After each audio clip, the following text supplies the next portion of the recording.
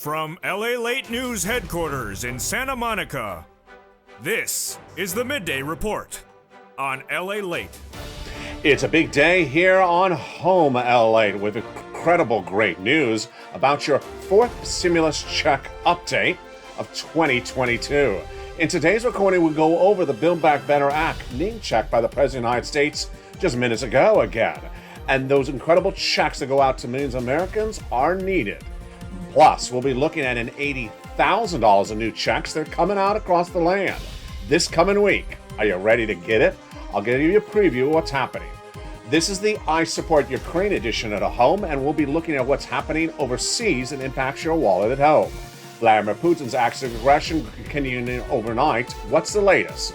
And then what about the price of oil? And what is going on with that? And what are the ally countries doing to help or not help? I'll be looking at the situation and where oil will go this week, as a new predictor is out minutes ago. Then, is oil now the way to get Build Back Better Act passed? The latest details on that changing event. Then we'll be looking at the price of wheat and grain, swirling to 8-year highs because of Vladimir Putin's move into the Black Sea region near Odessa. I'll go over the latest on that. And then the battle for Odessa, why this is a major issue in the war. And how long will this war be? What's a humanitarian crisis today? And why has it grown by the hour and by the minute? Why has Vladimir Putin refused to honor safe quarters for refugees to flee? And what is the latest details on that in today's recording? We have a lot of money to go over. Plus, Anthony Blinken just arrived in the Baltic states. And what is he doing there that can impact your money at home and also the battle against Vladimir Putin's aggression? I'll go over all these incredible details, plus a preview of tonight's evening's LA show. It's the 1-hour special broadcast at 5 p.m. Pacific Standard Time that features those additional $80,000 of checks. We got a big broadcast today as I support Ukraine, and you should as well. We'll have the latest details of what's happening from the battlefront and a little bit more of my commentary. It's all here on Home Edition, I Support Ukraine, and the details start right now from Santa Monica, California, on Home.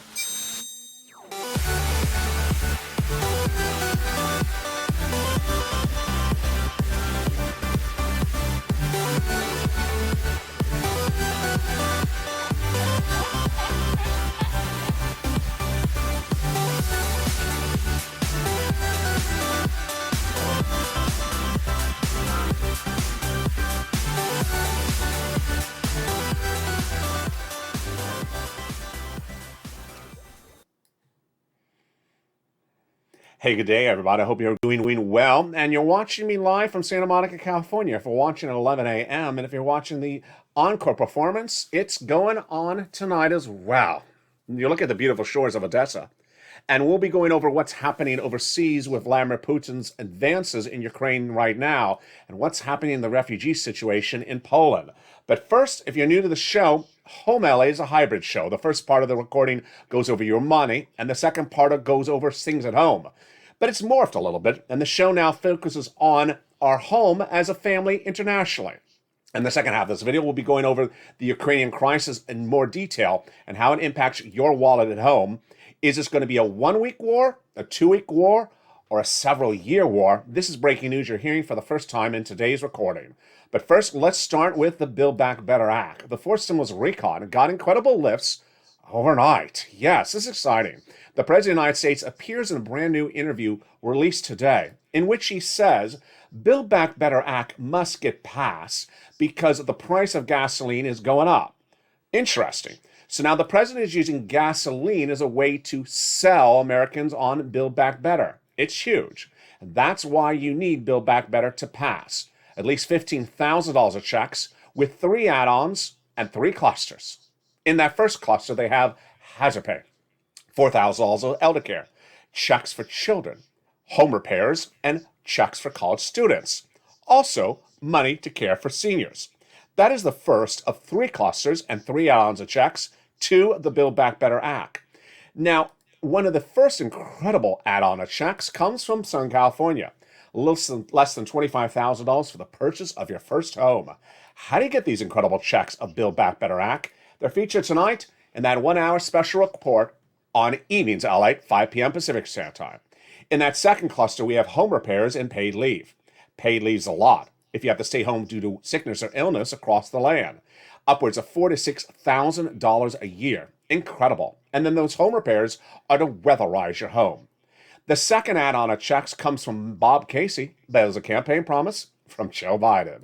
Just a little bit less than $250 billion of free home health care for seniors and people on disabilities. In that third cluster of checks, we have the incredible seniors and free internet. Free internet for all, checks, farmers checks, independent contractors checks, and senior checks. 2 on the House, 3 on the Senate. Medicaid gap fix, hearing checks, vision checks, and dental checks. Now, when we're talking about adding checks as incredible recon, guess what checks they vow to add as well? MSC. MSC is a body of checks that will be added to the recon on top of the existing $15,000 to $60,000 of checks. The eligibility would be the same as a third stimulus check. That means if you got a third, you get a fourth. Let's recap. Single individuals, $75,000 less, you get it. Married couple, $150,000 less, you get it, double it. Family of 4, quadruple it. And if you're on benefits, SSI, SSDI, Social Security, or railroad benefits, you get it as well. It's not income, it's not taxable, and it's offered on a nationwide basis. So how much is it? $2,000 the first month, $1,000 thereafter for up to 6 months. Now, the viewership of this channel has always been the purple power, the community, the advocacy, and the push to get big sums of money.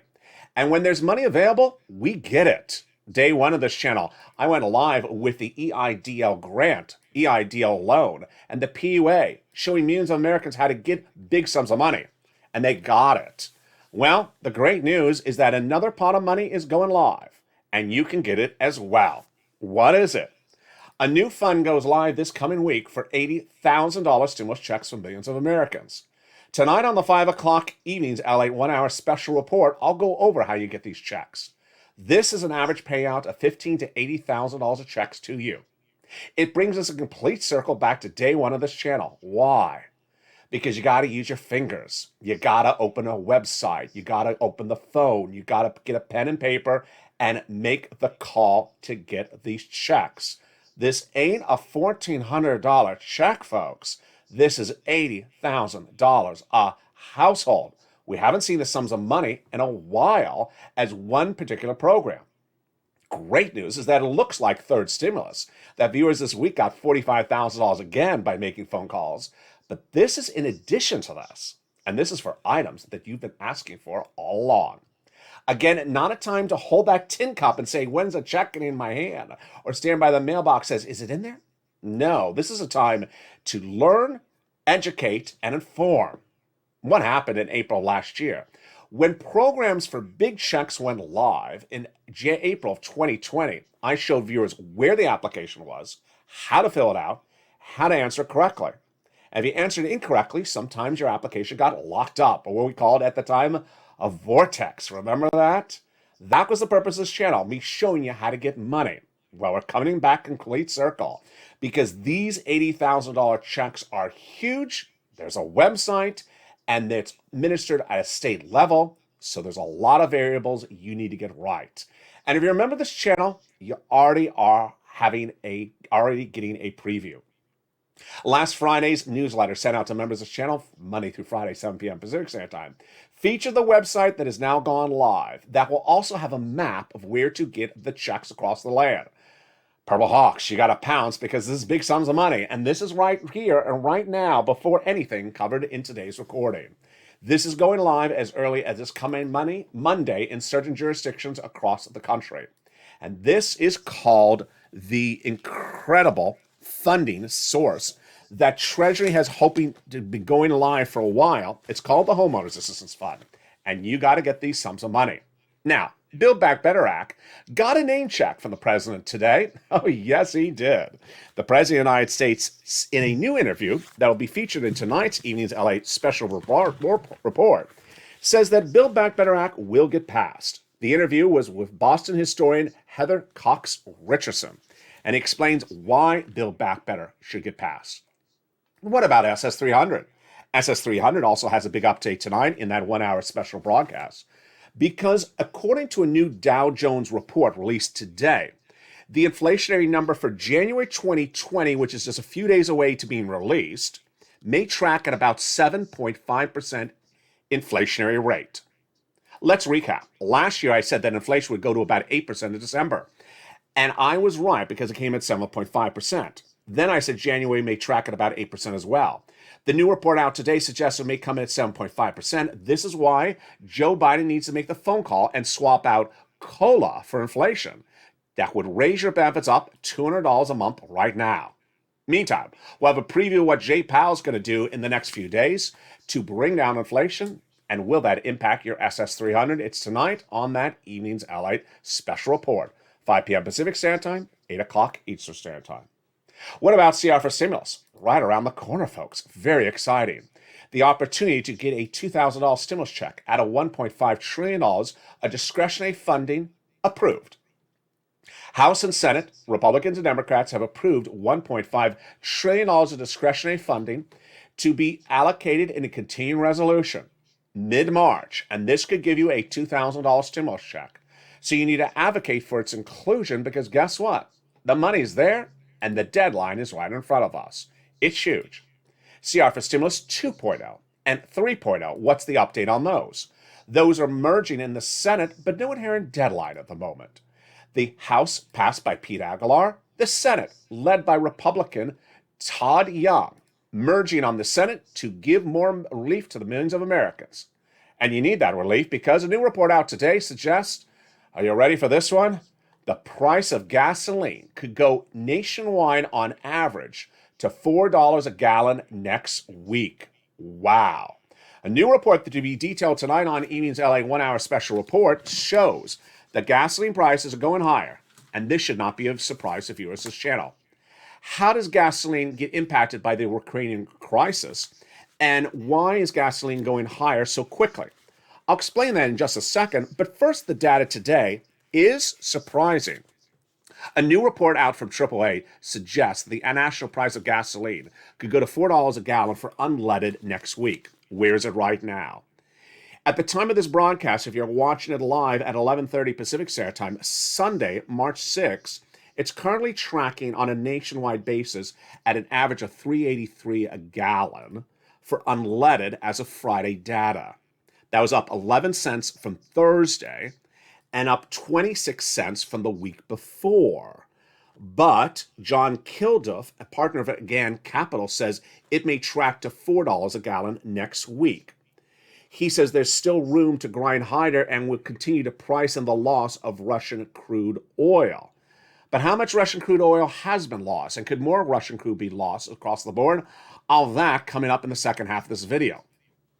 Wheat and grain prices, however, are raging out of control. And this is part of the risks that are part of the recordings of I Stand With Ukraine. Ukraine is a major exporter of wheat and grain, and that crop is not being just disrupted for now, but potentially for years to come. The current situation is very fluid, and in today's recording, I'll be going over why Johnson out of UK says there must be stronger initiatives against Vladimir Putin right today than current. What are Boris Johnson's current comments? They're coming up in just a second. Meantime, what's happening on the humanitarian side? 2 corridors that were supposed to provide safe harbor for women and children to flee into Poland have been blocked once, twice, and potentially 3 times right now. What's the latest on Odessa? That's coming up in just a second. And Gershon to the south and the Black Sea towns. What's the latest on those towns as well? All the latest. Meantime, a brand new part of the equation, the Baltics. What is the Baltics? And why is Vladimir Putin's aggression towards the Baltics the next concern of the White House? And why is Anthony Blinken, at the time of this recording, flying and stepping down and talking to Baltic countries right at this very moment? What is the concern about what Vladimir Putin's focus is on the Baltics? It's coming up in the second half of this recording. But first, if you need money from third stimulus or first stimulus and have had problems finding it, reach out to the community page. Here's the community page. See you back in 60 seconds. If you want money right now, not 5 days from now, and not 5 weeks from now, then reach out to the community page. The volunteers can help you find that money for rent and utilities. That's at news.lalate.com/community. The community page features a series of volunteers who are viewers like you. They can help you find rent, utilities, SNAP, food benefits, mortgage assistance, and help you with eviction moratorium questions as well. Their Facebook, Twitter, and Instagram individuals reach out to them and indicate the city and state you're from, and they'll get back to you shortly. That's a community page. Volunteers working for you, viewers helping one another. Stay with LA for more. Join Lalate Daily for the excitement of the new Lalate live daily. The excitement starts on mornings Lalate at 9 a.m.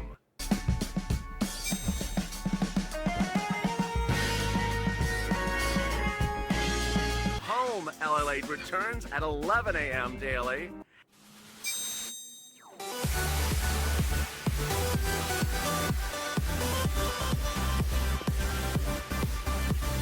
And then afternoons Lalate at 1 p.m.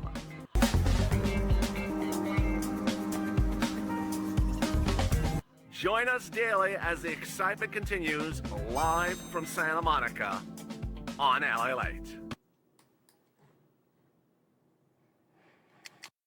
And good afternoon, everybody. The continuation is unfolding as Russia's advances in Ukraine continue by the minute. All the latest details of what's happening overseas, but tell also how it impacts your wallet at home.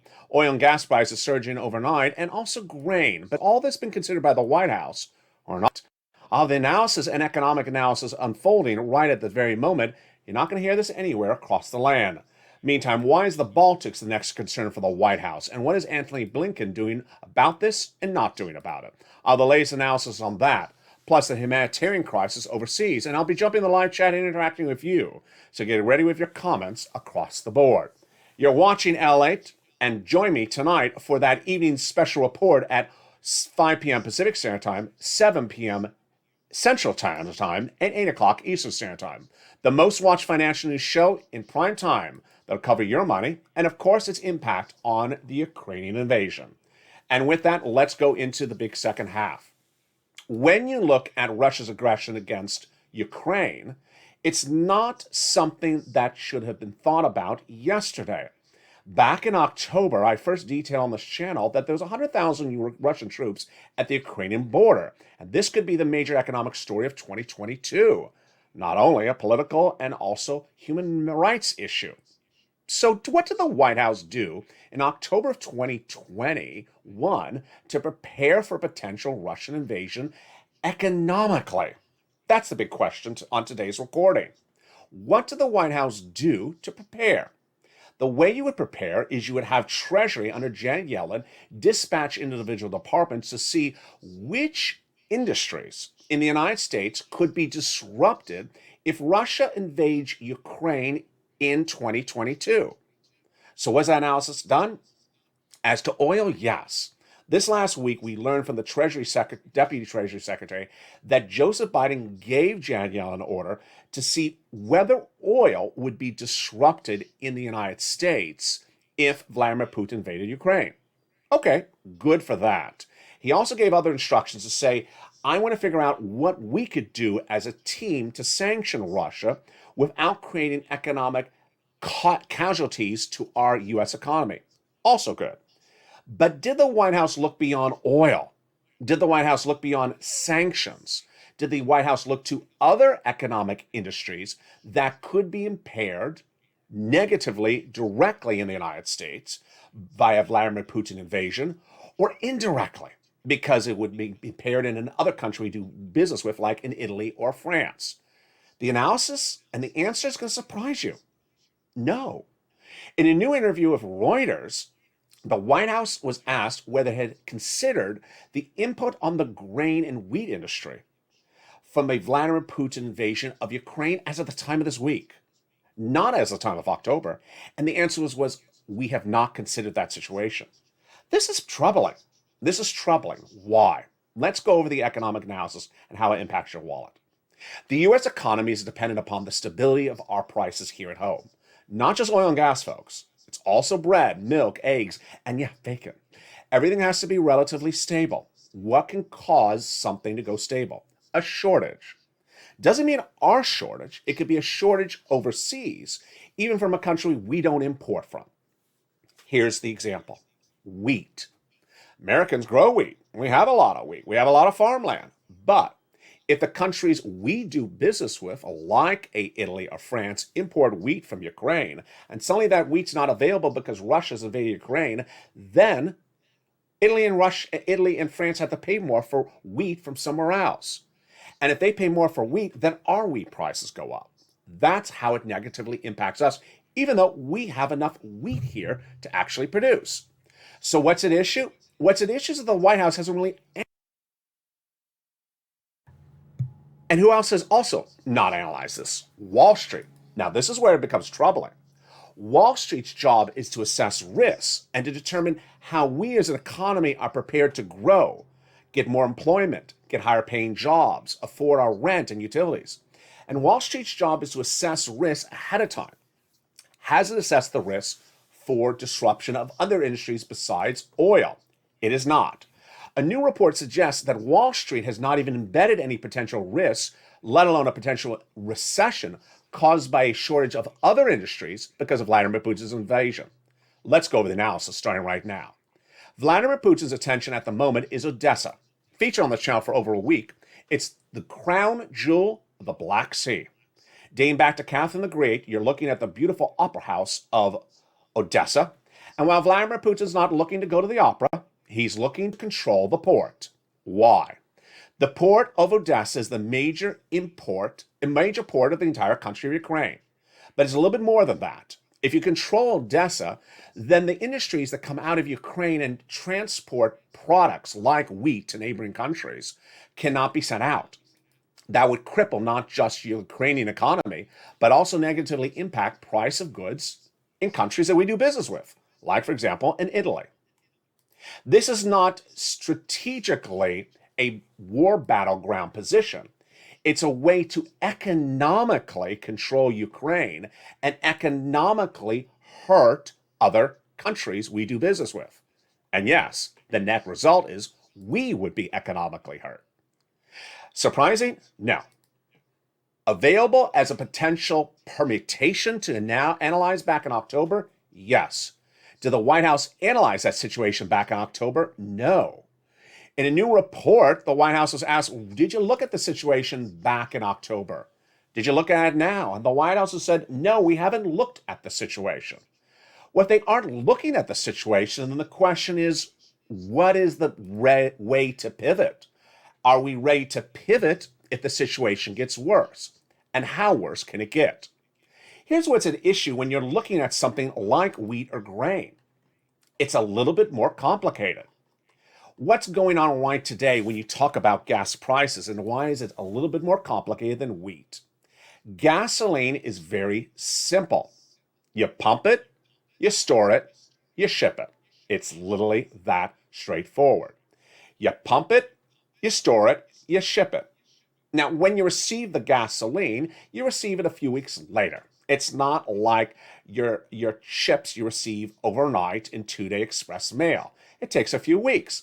But that is how it works. The current gasoline being shipped and delivered was bought before the Russian invasion. So the first thing you need to know is that the true impact of the Russian invasion on gasoline will not be felt until late March. This is oil bought before the Russian invasion. Number two, Russian oil only accounts for 5% of the oil imported to the United States. Let's make it very clear. So we as an economy are not dependent upon Russian oil. Blinken, throughout a series of interviews today, yesterday, and potentially tomorrow, have been talking about banning Russian oil in the U.S. Good. Doesn't affect us at home because we don't consume much Russian oil, less than 5%. So why is this being talked about? It's being talked about for reasons that are really not economically grounded. The price of gasoline in the United States is going up because there's less oil available globally. There's less oil available globally because Russia is not exporting to our partner countries, then our gasoline goes up. How do we get our gasoline lower? We produce more oil here, or we get other oil released. Let's go back. Oil's in the ground. After you pump it, you store it. But you can only store a certain amount of oil. And if you are full capacity of storage, then you can't pump anymore. So what are the two options? Release the oil that's in storage and then pump more, or just release the oil that's in storage. Neither of those options have been pursued by the White House. Let's go over the analysis. Number one, the White House has the opportunity to have West Texas release some of its stored oil. Hasn't done it. The White House has the opportunity to have West Texas pump more oil. Hasn't done it. The White House has the opportunity to reach out to West Texas and coordinate a release of oil, pump more oil, or coordinate a whole job on how to bring more oil to the marketplace in the United States. White House hasn't done it. The White House says we're open to the situation, we're open to suggestions, we're open to thoughts, but the White House has done literally zero on releasing more oil or increasing production in the United States. Now, we are into week 2 of this crisis. The question is, where does the analysis change and when does the pivot happen? Let's be frank here. We all look at things in a different light, but when people don't answer the question or they give you an answer that's not responsive to the question, you start to put up a red flag. This last week, the Treasury Secretary's undersecretary was asked, have you reached out to West Texas to produce more oil? No. They're asking, we hear from the White House about producing more oil. Have you reached out to them? No. Why not? No response. And then Blinken today saying, we're looking to ban Russian oil. That doesn't solve the situation here. We only use 5% of oil. Only 5% of our oil is from Russia. The question is, why aren't we ramping up production of our oil to bring down the national average? The national average, what are you, if you're in the live chat right now, tell me what you're paying for unleaded in your city this week and how much has it gone up? California's about $5 a gallon, and many gas stations are at $6 a gallon.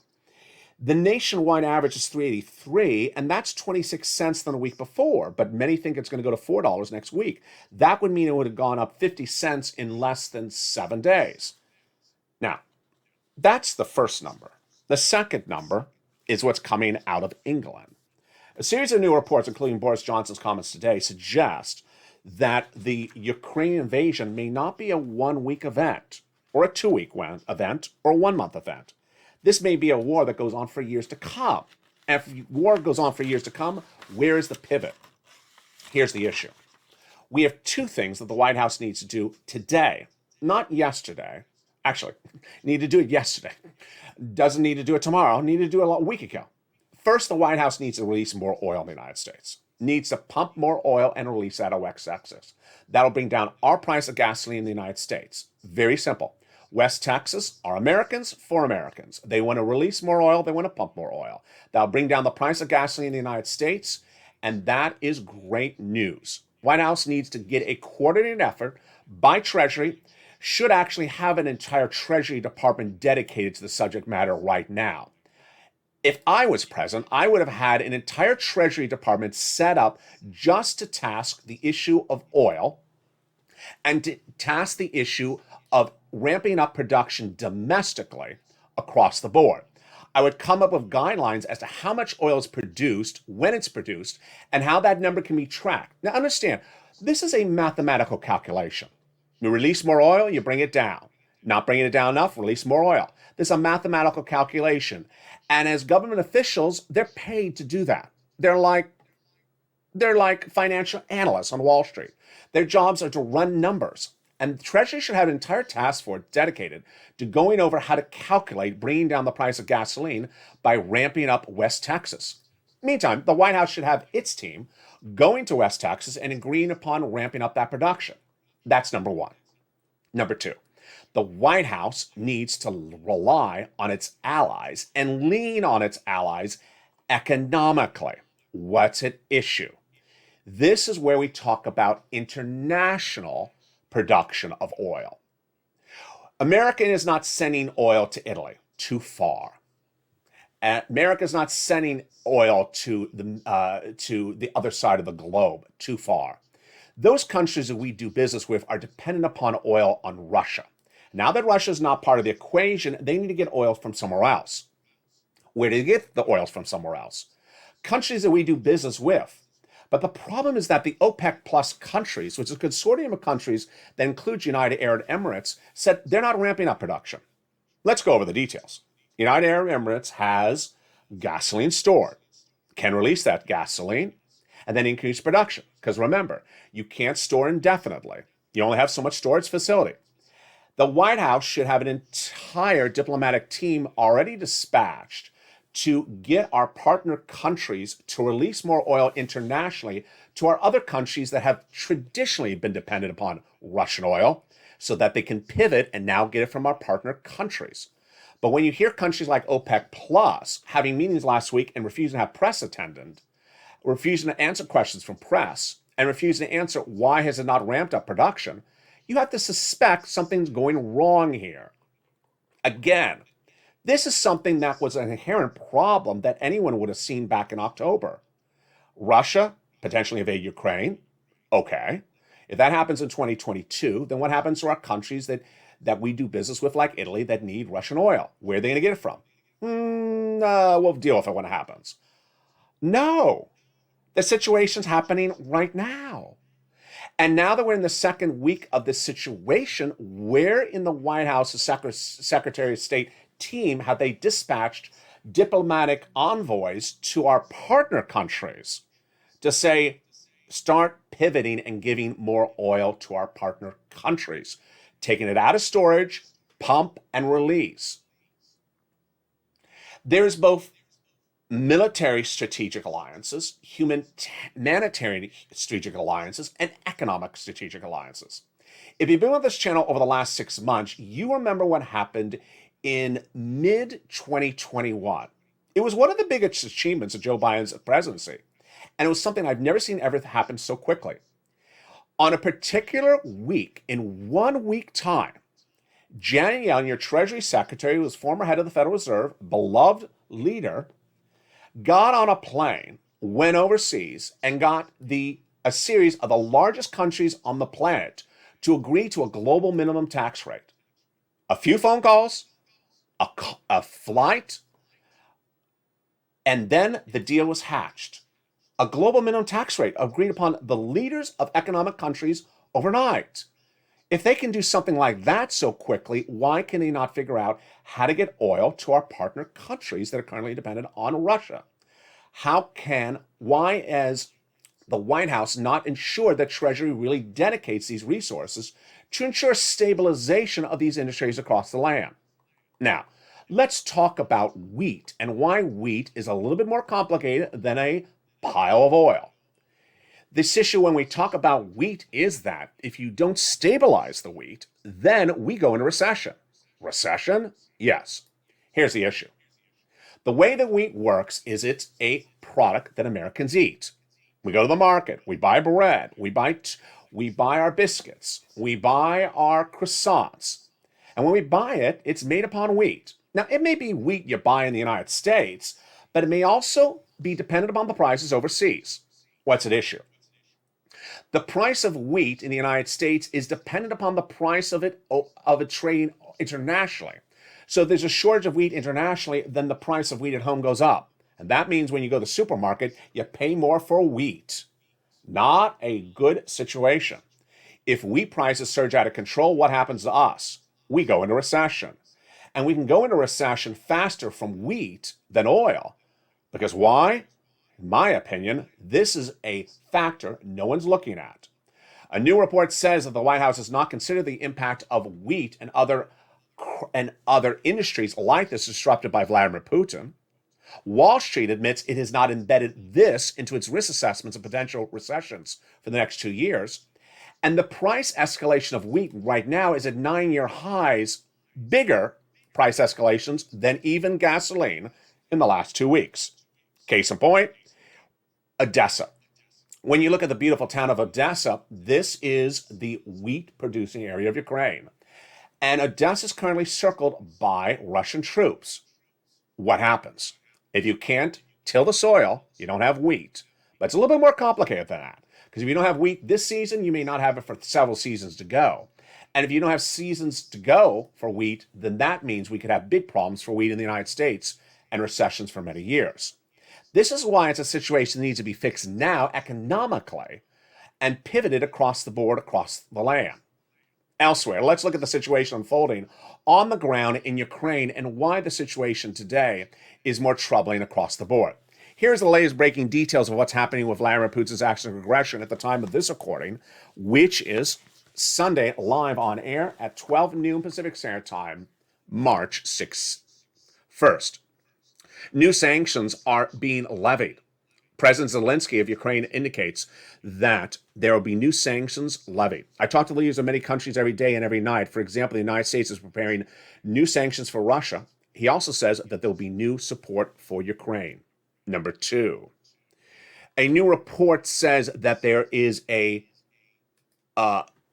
protocol put in place in the event that President Zelensky is killed by a Russian invasion.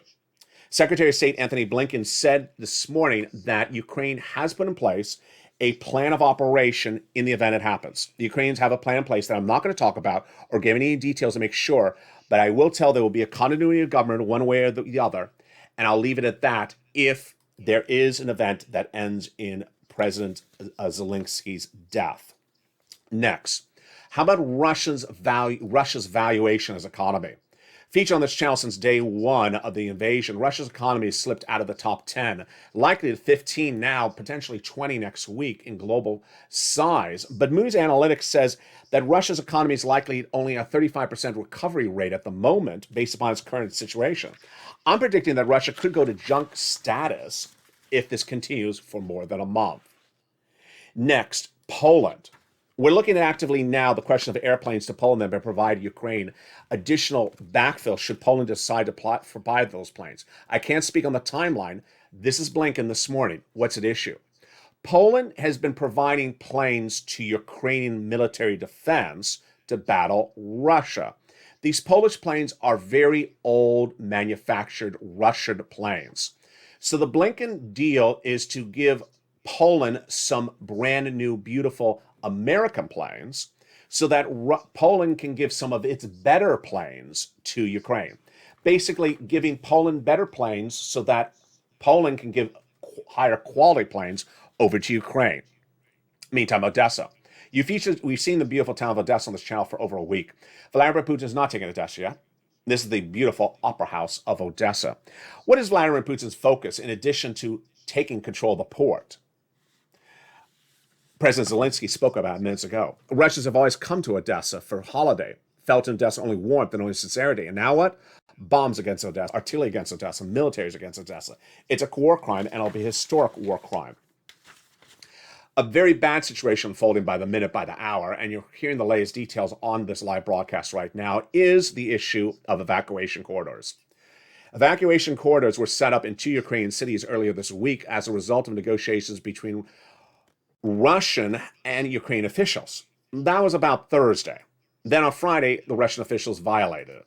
On Saturday, another talks to reopen those corridors. On Sunday, the corridors again were violated as well.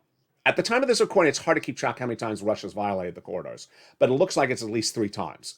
The corridors are not working, and this is a very, very serious human rights violation, and it shows the horridness of Vladimir Putin. What's at issue, and what is an evacuation corridor? What does it look like, and what is literally happening? I'll give you a visual so you can imagine what it looks like. You're told by your local city that a ceasefire will be happening for 5 hours on a particular day, and you can go to the highway and walk it to the next town, and there will be nothing around, and you will be safe. Get your mom, your daughter, and your grandma, get your belongings, and get into that highway during these hours and walk for it, and you will be safe. The message is sent out by the local city council. It's posted on their Facebook and Twitter and Instagram account. It's perhaps gone door to door. Everyone gets the message. Everyone's prepared. Everyone gets in the walkway, and they start walking. Understand, these are major cities. These aren't necessarily deserted towns. These are major cities with major roadways. So everyone's in the walkway starting to walk. And then you walk, and then you see it. Cluster bombing. Military Russian troops blocking the road. And you think, what's going on here? We heard that this was a safe harbor corridor. This is what happened in the city of Mariupol, and it's one of two cities that Russia has violated the agreement that it made this week. At the time of this recording, potentially 3 times. I'm losing track how many times it's violated the agreement. So what happens? You have to run back into your home and take shelter because now you're concerned you're going to die. And now footage in the appearing on broadcast media in the last 5 minutes at the time of this recording, I'm not showing it here for obvious reasons, shows people dying in the corridor. These are women and children. These are not armed civilians. These are women and children fleeing for Poland in a safe harbor corridor set up during negotiations between Russian and Ukrainian officials, not once but 3 times, told they would be safe going there and being killed. Vladimir Putin spoke with the head of France minutes ago. And while Vladimir Putin likely didn't agree to anything, many believe that the topic of the discussion was these corridors. These are women and children. They aren't fighting a war. They're trying to flee into a neighboring country. Vladimir Putin wants to take Ukraine. They're leaving Ukraine. They're not a threat to Vladimir Putin. So Macron, during that conversation with Putin, is believed to have said, let the people flee, honor the corridor or corridors. The UN is looking at the situation very seriously, again, another human rights violation by Vladimir Putin, but very, very serious because people can't flee, then what? In my opinion, this may be the major single issue, largest single issue, that could get NATO and the UN involved in the next 24 hours. If you can't get people, women and children, to safely get into Poland, and their safe exit cannot be guaranteed, and even they are in harm's way, then what are we doing as a globe? Here's my personal opinion tonight. When we look at the whole situation unfolding in Russia and Ukraine, we understand what the United States does want to do and doesn't want to do. And we understand a series of new comments from Boris Johnson out of England, that Boris Johnson says that the Western allies are not particularly strong as they need to be doing. Boris Johnson, new report out today, an essay he published today, written by him out of England, the head of England, Putin's acts of aggression, says that we need to do more as allies. He says we need a mobile international human rights coalition, do more to help Ukraine defend itself, maximize economic pressure on the Putin regime, prevent any normalization of Putin's actions in Ukraine, be open to de-escalation diplomacy, and strengthen Euro-Atlantic security. My opinion tonight is that the White House has often looked at the situation in sort of peripheral situations, but sometimes not in detailed situations. Today, at the time of this live broadcast, Anthony Blinken, Secretary of State to Joe Biden, has landed in the Baltic states. Why? Because the Baltic states neighbor Russia. And this is a concern that Russia may try to act elements of aggression against the Baltic states. Perfect. He's trying to reassure alliances and make sure that everyone feels safe and secure. He's Secretary of State. That's his job. Great. But when we talk about the economy, what's Janet Yellen's team doing? Janet Yellen's team got a global minimum tax rate in 2 weeks. Is Janet Yellen's team doing anything about the oil situation at home, internationally, with partner countries like United Arab Emirates, like the OPEC plus countries that won't release more gasoline? What are they doing? What are they doing with wheat and grain and other industries that we may be dependent upon destabilization of our economy? What are they doing with that? Now, understand that Treasury has lifetime employees whose jobs are to run numbers. That's their job. They come to the office, they run numbers, and they do calculations. This goes up 10 cents, that goes down 10 cents. So how can we move the number? That's their job. Give them a task, they do the job. This is something that has to be done now. And then when you have a plan, you say, oh, we have an issue. Then you come in diplomacy. Then you have the team and the leadership of the White House say, okay, we're going to reach out to these partner countries to stabilize these industries. Blinken's doing a great job. Biden's doing a great job with the partner countries for NATO alliances and strategic issues. But what about the economic issues? Americans know simple things. They know you produce more gasoline, it goes down. They know that West Texas is not producing more gasoline. They know we don't only import 5% of gasoline from Russia. They know that when you say ban Russian oil, that we only consume 5% of Russian oil. So when you hear things like that on the news, you say to yourself, wait a second, I already know that's not an issue. So why are you bringing up something that's not an issue to us? Banning Russian oil in the U.S. economy, that's only 5% of our economy. That's not going to bring down the price of oil. We need to do it. We need to do it. But that's not an economic solution. So why are we talking about something that's not an economic solution? It's things like that that make people sort of skittish because they say, wait a second. Are you telling me this because you want me to think that that's going to somehow bring down the price of gasoline? Because I know it's not. So why are you saying that? Today, Joe Biden said, pass Build Back Better Act because gasoline's going up. Good. Using one economic problem to pass another piece of legislation. Fine, I'll use whatever economic problem I can to pass Build Back Better Act. But you got to fix the price of gasoline separate and apart from Build Back Better Act. Meantime, the humanitarian crisis. This is a horrible situation. And if you are a NATO ally, and your job is to protect NATO countries, and Ukraine is not a NATO country, and you're looking on and saying, I'm a NATO country, come to our NATO country as a refugee, we'll take safe harbor for you, and you look from afar, and you look at that woman and daughter in the potential safety corridor going in there, and they don't have safety, what do? You do nothing because Ukraine is not a NATO country? I really do believe, I think in the next 30, 40, 72, 85 hours, something's going to change if these corridors cannot be kept safe. NATO countries are here to protect NATO countries. I got it. And I got Ukraine is not a NATO country. But you can't just sit back and watch women and children not be able to safely exit a country that has a peaceful existence like Ukraine. You can't just sit back and say, hey, you're not a NATO country. I'm not gonna worry that women and children can't safely flee the country. Are we that so? It doesn't make sense. It doesn't make sense.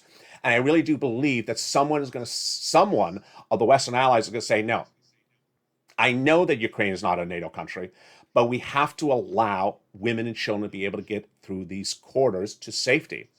And we've tried it 3 times with Russia and Ukraine agreeing to it. Macron, great job by Macron, getting Putin on the phone and speaking to him.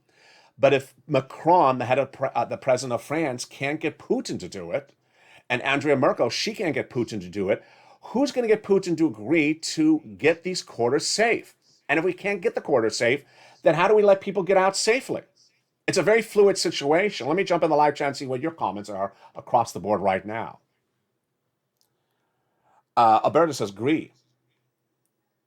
Anne says, L8's on point.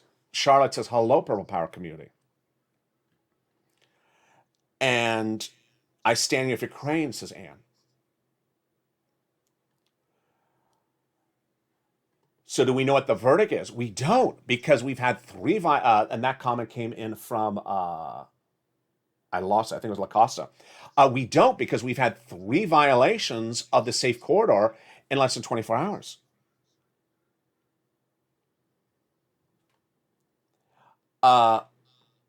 We've gone back and forth for the old days, and now we're not getting progress, says Loyola. Kimberly says the government has a golden rule game, and they seem to make all the rules. That's one of the comments that came in today from broadcast media was Russia says things and doesn't stand by it. So if Russia can provide safe harbor and want to interfere with agreements it's made about safe harbor, then what? I'll have more tonight on that evening's LA special report. Watch me tonight at 5 o'clock Pacific Standard Time, 8 o'clock Eastern Standard Time. With America's most watched financial show in prime time, it's Evenings LA, and it goes over all this incredible sums of money, that $80,000 in new checks, the big money from Build Back Better Act, CR for stimulus, SS300, and more, and the impact of the world events on your money at home. It's tonight and every night at 5 o'clock Pacific Standard Time, 7 o'clock Central Time, 8 o'clock Eastern Standard Time. It's Evenings at Lalate. And if you're watching this show live on air, coming up next is the 1 o'clock edition of Afternoons at Lalate. If you're watching this tape late in the day, next up, Evenings Extra. Stay informed, stay focused. Our thoughts and prayers are with the families of Ukraine and all people trying to seek safe harbor tonight. Stay with Lalate for more.